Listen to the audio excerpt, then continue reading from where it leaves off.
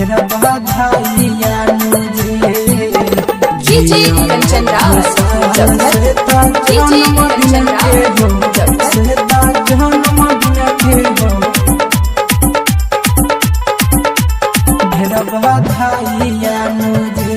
ढेर बधाइया मुझे कटी है आजू के कावायरी बटी है नु हो खूब मिठाइया जी कटी है आजू के कावायरी बटी है नु हो खूब मिठाइया जी जिया लाखों साल श्वेता जन्मदिन के हो ढेर बधाइया जी जन्मदिन पर देवे खातिर आइला रे हम बधाइया जी कटी है आजू के कावायर भटी है नु हो खूब मिठाइया जी कटी है आजू के कावायर भटी है नु हो खूब मिठाइया जी जिया लाखों साल श्वेता जन्मदिन के हो ढेर बधाइया जी जन्मदिन के देवे खातिर आइला रे हम बधाइया जी ढेर बधाइया जी जिया लाखों साल श्वेता जन्मदिन के हो डीजे कंचन राज मुजफ्फरपुर डीजे कंचन राज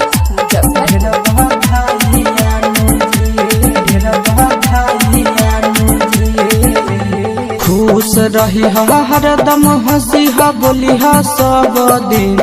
मुस्काइनु जी खुश रही हरदम हंसी बोली सब दिन मुस्काइनु जी जिया लाखों साल श्वेता जन्मदिन के हो ढेर बधाइया जी जन्मदिन पर देवे खातिर आइला रे हम बधाइया जी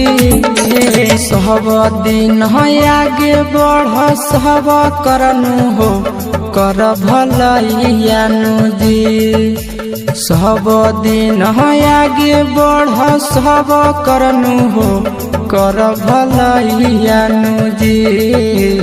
जिया लाखों साल श्वेता जन्मदिन के हो ढेर बधाइया जी जन्मदिन पर देवे खातिर आइला रे हम बधाइया जी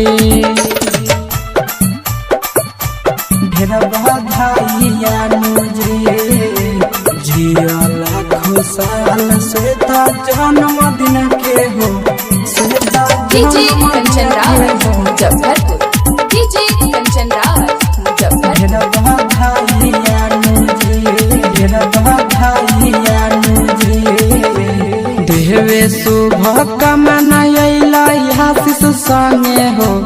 भी के सब भैया जी देवे शुभ कामना अइला नवीन संगे हो नंदन भैया जी जिया लाखों साल श्वेता जन्मदिन के हो ढेर बधाइया जी जन्मदिन के देवे खातिर आइला रे हम बधाइया जी देवे शुभ कामना अइला आशीष संगे हो भी के सब भैया जी देवे शुभ कामना अइला नवीन संगे हो नंदन भैया जी जिया लाखों साल श्वेता जन्मदिन के हो ढेर बधाइया जी जन्मदिन पर देवे खातिर आइला हो हम बधाई